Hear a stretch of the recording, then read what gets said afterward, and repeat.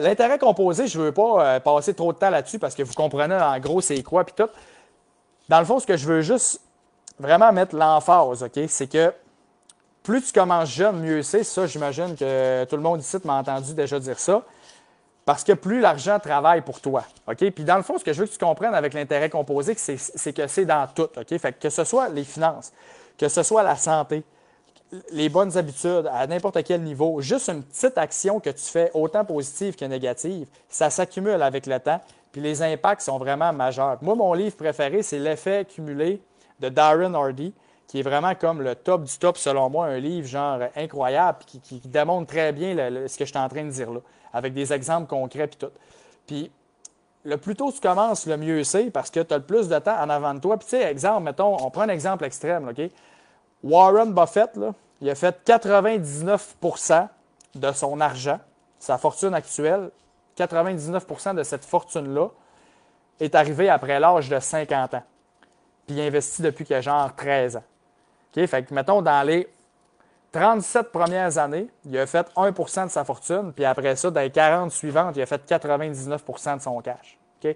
Fait que là, on s'entend, je ne dis pas d'investir pendant 90 ans, c'est pas ça. Je dis juste que plus tu as de temps en avant de toi, ben plus la boule de neige grossit, puis plus c'est comme juste exponentiel. Fait que c'est vraiment important. Puis aussi, un autre point que je veux mentionner, c'est que plus tu es jeune, plus ça te coûte cher de faire des moves, comme exemple, acheter une voiture, après ça, acheter des bebelles inutiles, puis de l'endettement, puis tout ça, parce que si tu as 20 ans, puis tu as acheté de quoi à 25 000, mettons, OK? Ben, c'est 25 000 qui n'a pas pu travailler, exemple, pendant 40 ans. Fait que si tu fais, mettons, 7 là, 25 000 pendant 40 ans, ça se double aux 10 ans. Fait que 50, 100, 200, 400. Fait que tu t'es privé de 400 000, mettons, dans 40 ans, à cause que tu as acheté de quoi à 25 000 aujourd'hui. Si tu as 55 ans et tu achètes de quoi à 25 000, bien, ton argent, tu avais juste 5 ans pour la faire travailler, tu comprends? Fait que tu t'es pas privé de grand-chose.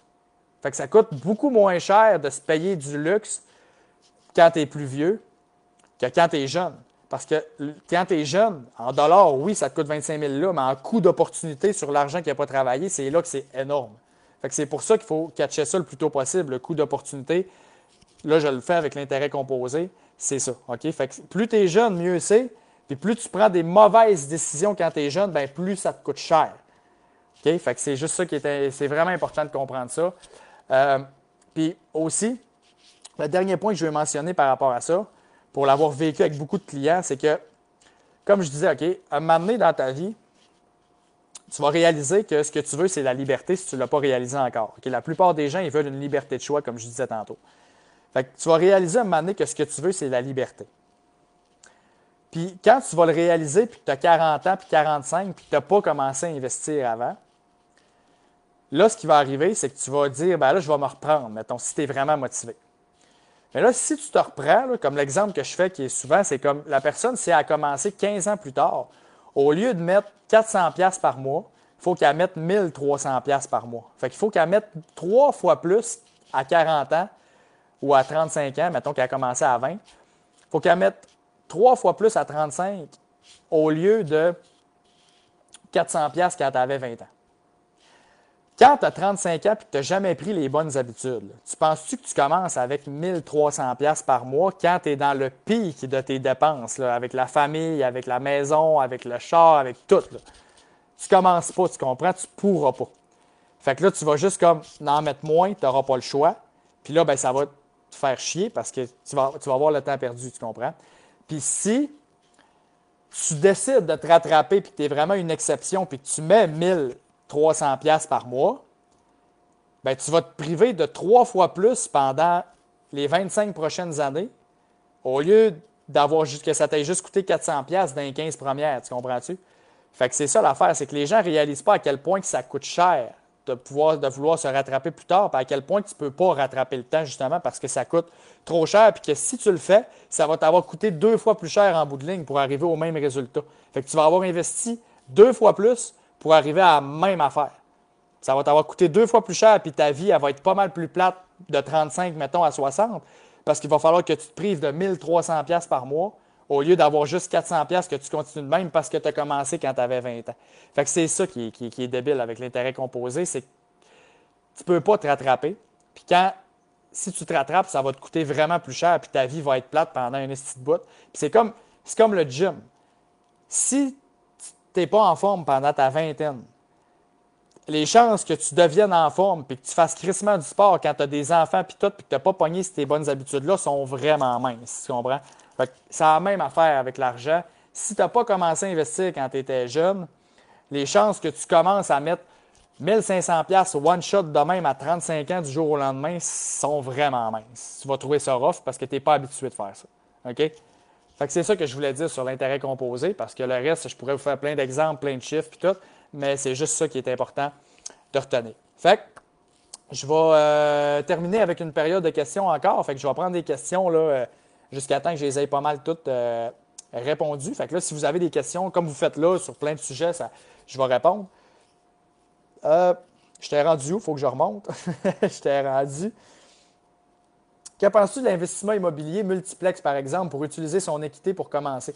Ouais, ça, l'immobilier, dans le fond, si tu fais bien les choses, que tu investis en immobilier, que ça génère des revenus, tu fais tes bons calculs, que tu as des immeubles rentables, bien, d'utiliser la dette comme exemple sur ta maison, l'équité pour acheter une propriété qui génère des revenus, c'est vraiment, ça peut être super bon. Moi, j'adore ça, à condition que ce soit bien fait, évidemment, comme je dis. Donc, on prend en considération que tu achètes un bon immeuble, que tu as fait tes devoirs, tout est beau. Parfait, oui, ça a bien du bon sens de prendre l'équité sur ta maison pour faire un move immobilier dans ce sens-là. As-tu des formations pour des personnes plus avancées sur les finances personnelles? Pas encore. Je suis en train de travailler là-dessus. Fait que dans le fond, en fait, ma deuxième formation va sortir qui s'adresse, on va dire, au niveau intermédiaire, parce que je ne sais pas qu'est-ce que tu qualifies d'avancé. Mais mettons, au niveau intermédiaire, c'est vraiment 95% de la population et moins, dans le fond, peuvent apprendre de quoi dans cette formation-là. Là. Fait que genre, 95% du monde, autrement dit, peuvent apprendre de quoi. Puis ça, ben, elle va sortir normalement en janvier. Fait qu'elle va être disponible en janvier, normalement, sur mon site.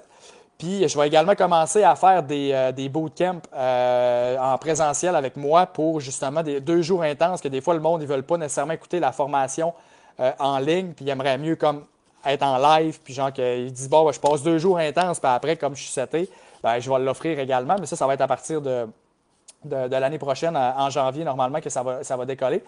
Fait que ça, si tu écoutes cette formation-là et que tu trouves que c'est pas encore assez avancé, ben, tu me le diras parce que sinon, ben, on peut faire une rencontre individuelle ou je vais également travailler dans le futur sur des choses plus avancées dans certains sujets avec justement des collaborateurs et tout ça. Puis, fait que je suis en train de tout travailler ça, mais je ne peux pas tout faire en même temps. Fait que là, c'est ça. Fait que je te conseille d'aller checker la deuxième formation quand elle va sortir. Puis si tu juges que c'est pas encore assez avancé pour toi, tu me le diras, puis je te dirai ce qui est disponible rendu là. Quel serait le pourcentage de ton portefeuille en cash? Ben, moi, personnellement, c'est le fonds, le fonds d'urgence là, que je garde en argent. Puis ça dépend de chaque personne. Là, comme tu pourrais garder une partie en argent pour s'il y a des opportunités qui arrivent, mais ça te retrouve à être comme essayer d'anticiper ce qui va se passer. Fait que des fois, c'est pas bon. Mais d'avoir une position en cash, c'est toujours plaisant s'il arrive des baisses, mais je n'ai pas de montant exact à te donner parce que, encore une fois, je le sais que tu m'entends dire ça crissement souvent, mais c'est ça pareil. Ça dépend des objectifs, ça dépend de la situation, ça dépend de bien des choses. Fait que je n'ai pas de pourcentage fixe à te donner, mais au moins le fonds d'urgence, de l'avoir en cash, minimum ça. Puis après ça, ben, d'avoir un certain montant que tu peux avoir pour faire feu s'il arrive des opportunités, ça peut être bien, mais de bâtir ce cash-là avec de l'argent qui n'est pas déjà investi. Fait qu'autrement dit, moi, c'est quand j'investis de l'argent, je la ressors jamais, je la ressors pas. Je la laisse là travailler pour, comme je disais, 10 ans et plus. Fait que si je me bâtis une montagne d'argent, ben montagne, une petite côte de cash à côté, c'est de l'argent que je vais comme avoir réinvesti, ben pas réinvesti, mais remis de côté moi-même avec du nouvel argent, dans le fond. J'ai acheté à 4$ 4000 actions et là, aujourd'hui, elle termine à 24,50 dans le cuivre. Mais bon, merci quand même, mon Fred. Ouais, c'est comme je te dis, je peux pas parce que je connais pas la compagnie. J'ai pas assez de données pour. Puis, anyway, je peux pas te faire une recommandation là-dessus. Je veux pas. C'est à toi, tu comprends, que ça appartient. Mon guess est aussi bon que le tien, tu comprends? C'est comme. Je connais pas ce qui va arriver. Fait que je pourrais te dire, exemple, vends-le, mais finalement, c'était pas une bonne décision de vente, ou garde-le, puis c'était pas une bonne décision de garder. comme je dis très souvent, je suis assez intelligent pour savoir que je ne suis pas assez intelligent. Fait que c'est ça. Fait que je ne vais pas te donner un avis là-dessus, tout simplement pour ça. Ça devrait être obligatoire à l'école d'écouter ce genre de live au minimum aussi important que savoir les religions du monde, puis sûrement bien plus. Ben écoute, merci, je suis content que tu dises ça. Puis dans le fond, ben écoute, c'est pour ça que j'ai fait Altix, c'est pour ça que je fais ça. C'est pour essayer de donner le plus de ressources puis d'outils possibles aux gens pour qu'il y ait une bonne éducation financière. Puis avec les écoles, ben, je fais justement des ateliers des fois dans les écoles. Puis justement, tu sais, je permets aux profs des fois d'avoir accès à mes formations sur le site et tout ça. Fait que j'essaie de faire mon bout de chemin là-dedans pour que justement que les jeunes puissent avoir accès à de l'information de qualité. Fait que je suis content que tu dises ça. Je suis bien d'accord avec toi, c'est pour ça que je fais ça. Je crois que prendre des intérêts composés pour cotiser mon rente, tu en penses quoi? Ben, c'est parce que les intérêts composés, dans le fond, c'est quand tu investis, c'est ça qui fait les intérêts composés, dans le fond. C'est tout ce que tu mets de côté puis que tu investis, c'est ça de l'intérêt composé. C'est tous tes investissements qui te rapportent puis que tu laisses travailler. Un char à 30 000 que tu payes cash, allergie aux dettes, que tu rembourses en 3 ans, tu vois ça comment? Ben, si tu le payes cash, comment tu le rembourses en 3 ans? Dans le fond, tu me poses la question, je suis mieux de payer 30 000 cash ou de le financer sur 3 ans, mettons? Je me dis que c'est peut-être ça ta question. Si c'est le cas, paye les cash. Moi, j'aime. Si tu es capable de le payer cash, tu le payes cash, puis tu mets le montant de côté que tu aurais payé dans ton terme, tu comprends? Fait que autrement dit, tu veux protéger ton revenu. T'sais. Fait que toutes les dettes que tu ne prends pas, c'est de l'argent que tu te gardes pour investir. L'important, c'est d'investir, par exemple. Parce que si tu payes juste payer ton char cash puis tu ne mets pas une scène de côté, ben là, tu ne progresses pas financièrement. Fait que ça, c'est vraiment important. Salut Mister, salut Francis. Peux-tu m'expliquer les intérêts composés avec des achats d'actions comme des FNB, s'il vous plaît? Ben, comme je disais, peu importe ce que tu achètes, les intérêts composés, là, c'est juste le principe. Ça veut dire que c'est ton intérêt qui te rapporte de l'intérêt. Fait que tu achètes des FNB, que tu achètes des fonds, que tu achètes de l'immobilier, que tu achètes des actions individuelles, l'intérêt composé, c'est tout simplement ton intérêt qui te rapporte de l'intérêt. Fait que si tu as acheté des FNB, que tu as mis 10 000, puis là, ton 10 000 il est rendu qui vaut 15 000 parce que tes parts de FNB ont monté, ben, tu as fait 5 000, tu comprends? Mais après ça, si ça continue de monter, ben, c'est ton 15 000, tu comprends, qui te rapporte, mettons, 10 l'année d'après, ben là, c'est rendu sur 15 000 que ça te rapporte. Fait que l'intérêt composé, c'est juste ton intérêt qui te rapporte de l'intérêt, dans le fond. C'est juste ça le principe.